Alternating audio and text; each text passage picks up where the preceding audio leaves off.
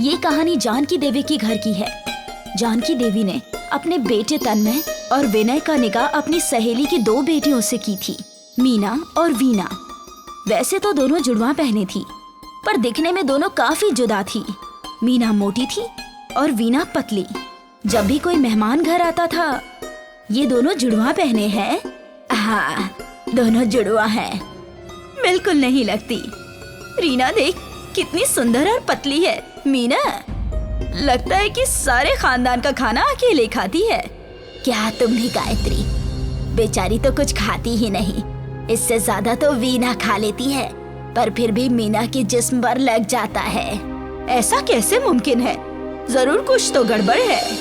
गड़बड़ क्या है ये तो नहीं मालूम, पर मेरी मीना है बहुत अच्छी। मीना अकेली घर का सारा काम करती थी, साथ ही सबका ख्याल भी रखती थी। ये लीजिए आपके पकौड़े, ये आपका डोसा, और अम्मी जान ये आपकी चाय। तुम नहीं होती तो क्या होता हम सबका। लेकिन मैं तो हूँ ना। हाँ है, और तू बेहद अच्छी है। मीना घर के सारे अफराद के साथ बेहद खुश थी। एक रोज मीना और वीना की दादी सास उनके घर आई। अरे जानकी, अम्मा जी आप यहाँ यूँ अचानक? क्यों नहीं आ सकती? ये मेरा घर नहीं है। मैंने ऐसा कब कहा? लेकिन तेरे बोलने का मतलब तो यही था जानकी। नहीं अम्मी जान, आप गलत समझ रही हैं। मैं सब सही समझती हूँ, समझी? अब मैं अंदर आऊँ या वापस लौट जाऊँ? अरे आइए आइए। मीना वीना आओ, ये तुम्हारी दादी सास है। मीना वीना दोनों आशीर्वाद लेने आ गई। दोनों नीचे झुकने की कोशिश की। इतना खा लिया है कि नीचे झुका भी नहीं जा रहा है इनसे। कम खाया कर बहू, खा खा कर तूने शरीर सुजा लिया है। अब और मोटी हो गई तो मैं अपने पोते का दूसरा निकाह करवा दूंगी। अम्मा जी क्या वीना बेचारी बच्ची को डरा रही हैं। मैं डरा नहीं रही हूँ, बता रही हूँ। मैं जो सच है वही कह रही हूँ, बाकी तुम मेरे मिजाज को जानती हो। अम्मी जान आप रहने दीजिए, आप कुछ खा लीजिए। सफर से आई है ना? हाँ हाँ। मीना वीना जाओ नाश्ता लेकर आओ। दोनों बहुएं बावर्ची खाने में चली गई। मीना नाश्ता बनाने लगी। जैसे ही नाश्ता बना, मीना ने वो नाश्ता वीना के हाथ में थमा दिया। अरे मीना, तुम ही ले जाओ ना। नहीं नहीं, मैं जाऊंगी तो वापस मेरे मोटापे पे ताना कसेंगी। तुम ही ले जाओ। ठीक है। वीना नाश्ता लेकर बाहर चली गई। मीना किचन में ही खड़ी थी कि कुछ देर बाद वापस आवाज आई। अब नाश्ता बन गया है तो बावर्ची खाने में क्या अंडे दे रही है? आजकल की लड़कियां कितनी जाहिल है कि क्या बताऊं। ये सुनकर मीना दौड़ी चली आई। जानकी, तुमने तो कहा था कि तन्मय और विनय की बीवियां जुड़वा बहनें हैं। ये दोनों तो बिल्कुल भी जुड़वा नहीं लगती।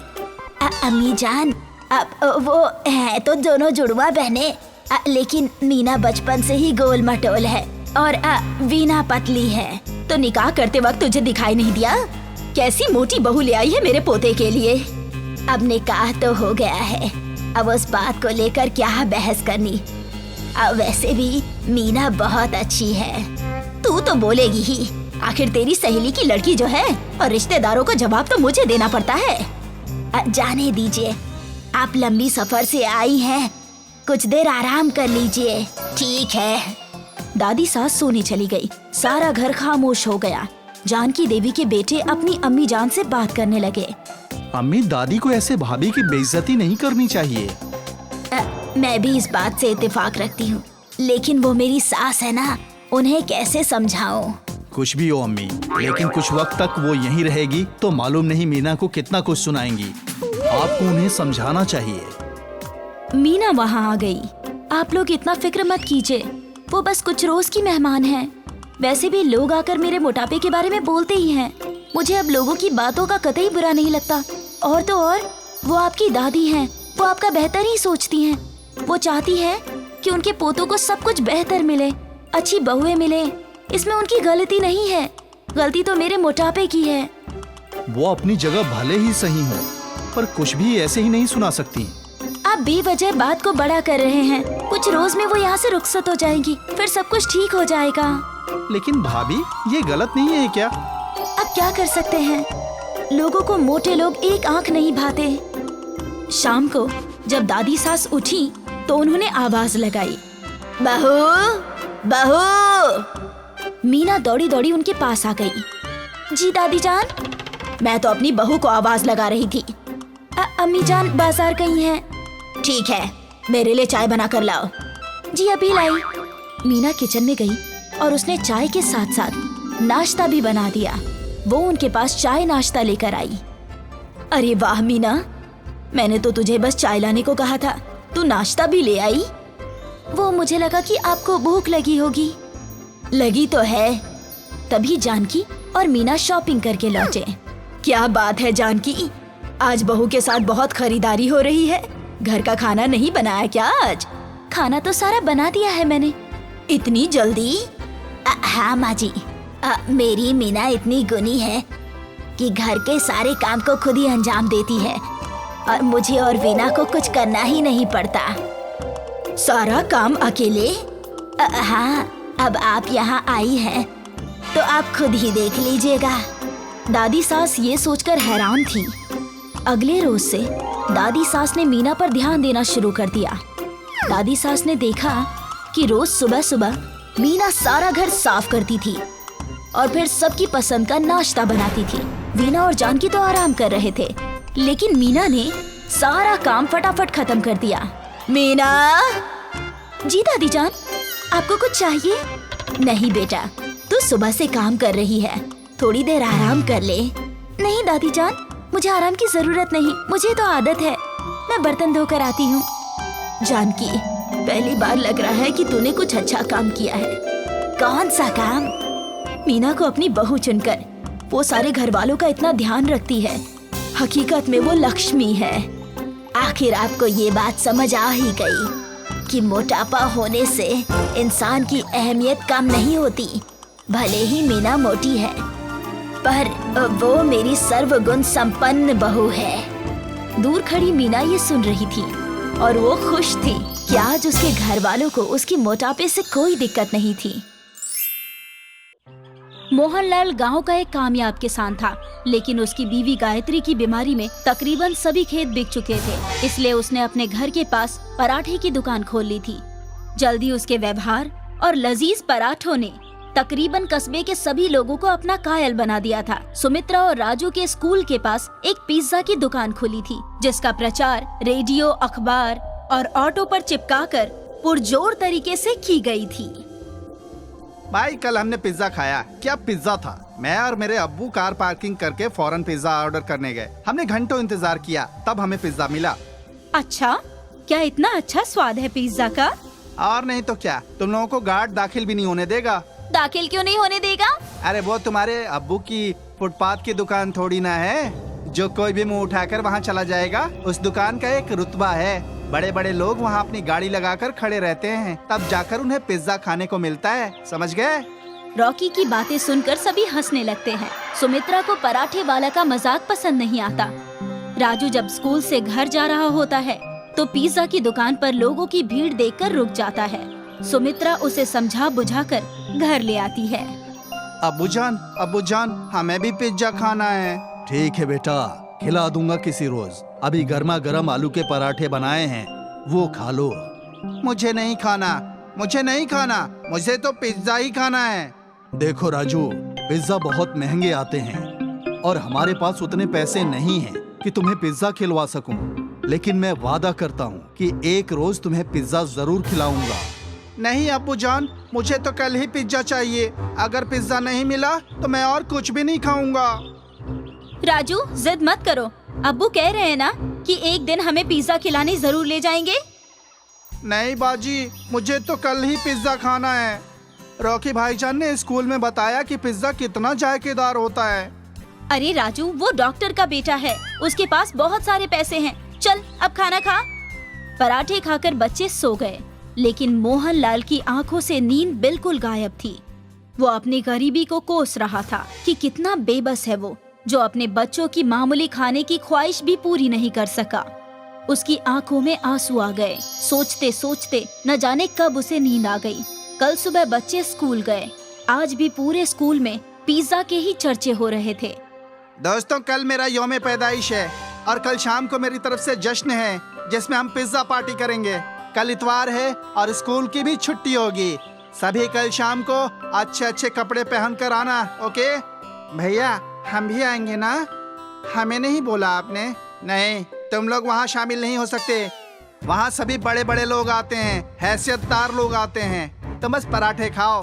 चल राजू, इनके पिज्जा से लाख गुना जायकेदार हमारे पराठे हैं। अरे जाओ जाओ, बंदर को क्या पता कि अदरक का स्वाद क्या होता है। स्कूल के बाहर जो पिज्जा का पोस्टर लगा है ना, बस उसे ही देखते रहो और पराठे खाओ। समझना कि पिज्जा खा रहे हो। रॉकी, ऐसा नहीं कहते। चलो सुमित्रा, इसे तो ऐसे ही बोलने की आदत है। राजू की फोटो देखकर पराठा खाने वाली बात पर सब हंसने लगते हैं। सुमित्रा और राजू को बहुत बुरा लगा। दोनों घर आ गए। अरे राजू, यूं मुंह लटकाए क्यों खड़े हो? वो अब्बू, बात ये है कि कल रॉकी का याम पैदाइश है और सभी को बुलाया है, पर हमें छोड़कर, क्योंकि वहाँ बड़े बड़े लोग होंगे। बस इतनी सी बात। कल मैं तुम्हें आलू के लज्जतदार पराठे बनाकर खिलाऊंगा और हम सब कल जश्न करेंगे। मुझे नहीं खाना पराठा, मुझे तो बस पिज्जा खाना है। मुझे पिज्जा चाहिए। बेटा, मैंने तुम्हें बताया ना कि अभी मेरे पास तुम लोगों के फीस भरने के लिए भी पैसे नहीं हैं, तो पिज्जा कहाँ से खिलाऊंगा? इतना कहकर मोहनलाल आंखों में आंसू लिए घर के बाहर निकल गया। राजू, तुम्हें ऐसा नहीं बोलना चाहिए था। पिज्जा की जिद छोड़ दो मेरे भाई। जब हमारे पास पैसे होंगे तो हम जरूर पिज्जा खाने चलेंगे। आज तक कभी हमारे पास पैसे हुए हैं क्या?